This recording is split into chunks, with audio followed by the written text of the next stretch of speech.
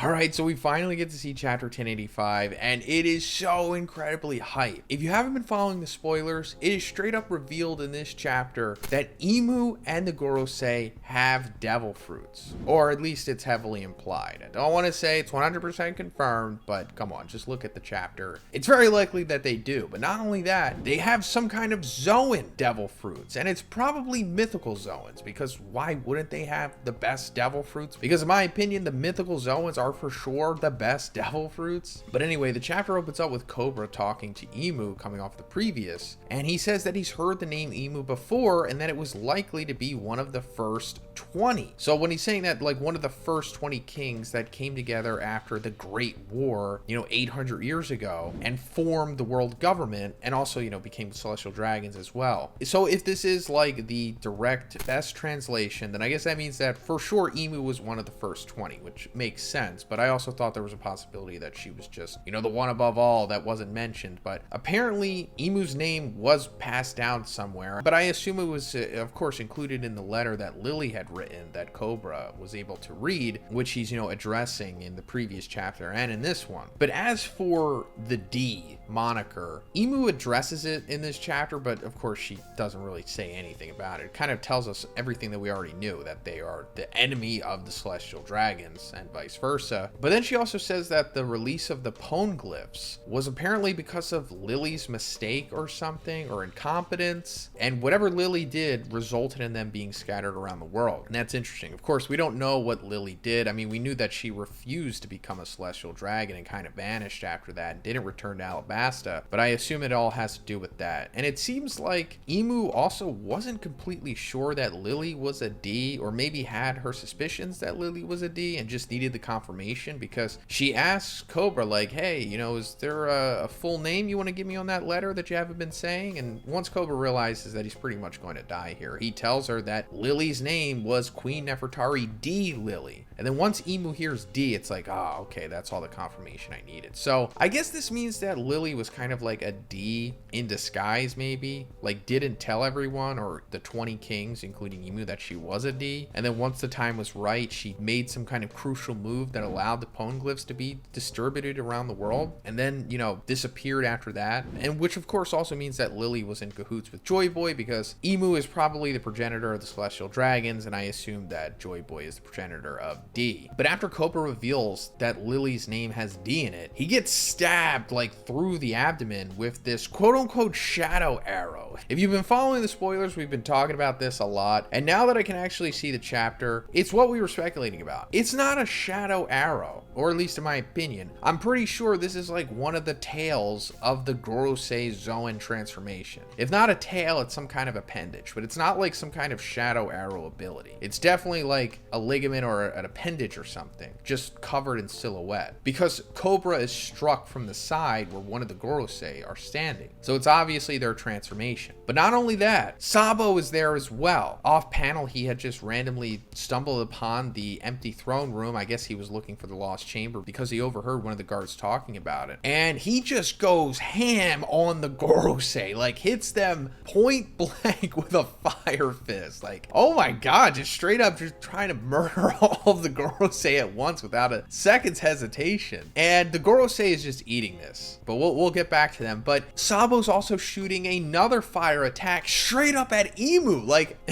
Sabo just trying to speed run the entire story here. Incredible sequence, but this does nothing because Emu transforms into some kind of creature, and Oda is really trying his best to try to keep this as ambiguous as possible. Like, we're barely getting to see what she looks like, but you can see that she is like a big monster. Like, she's transforming into some kind of massive creature here. And I think this is lining up with what we've been talking about for the last 2 years, or at least the last couple weeks on the channel. And that's Emu probably has some kind of mythical Zoan fruit that makes her like a dragon or something, because this looks like a dragon's mouth, or at least some kind of like lizard-like creature, either a dragon or a serpent or something. And its mythical ability is that it can either control water or it can like control the weather or something, because she's just straight up eating Sabo's fire here. And it could be because of just the immense strength that she has. She can just eat fire, or it has something to do with the water manipulation or weather manipulation or something. Now, I don't think she can make fake water like a Logia or something. Pretty sure Oda isn't going to give a character that. He may have confirmed it in an SBS or something, but it would just be too broken. I think more so just having the ability to manipulate it is more so likely what she could do. Or, like I said, weather. But now that I'm also seeing this panel, it reminds me of the dragon from Punk Hazard, number 13. Like, it looks very similar to that, at least the silhouette. Like, if you compare this panel of it after, like, Zoro cuts its head off in the manga, it looks just like that, kind of. I mean, again, it's like a sloppily drawn, ambiguous silhouette, but I think this might be what that is. And maybe that's why this dragon was on Punk Hazard. I mean, we know that it was made by Vegapunk, of course. And it's also noted that this dragon was beloved by the world nobles, and they even gave him his name. And maybe that could be a reference to, I don't know, Emu being the 13th king of the 20 or something, even though that doesn't really make sense. Emu would probably be number 1, but if there was a number ranking, but I don't know, 13 has something to do with this. It would make more parallel if it was like 16, because of like the 16 holy bullets. There's supposed to be a parallel between what Daffy was doing and how Emu destroyed Lelusia, but that's something for another time. But I'm thinking that this is for sure like some kind of mythical dragon zone or serpent or something like that. And we see Emu like coming down the throne, and she's freaking huge, but we can only see like the top of her head. And it's, I think this is meant to look like eyes and like a nose, but this could be the nostrils possibly of the dragon head. Like, I think that's what Oda is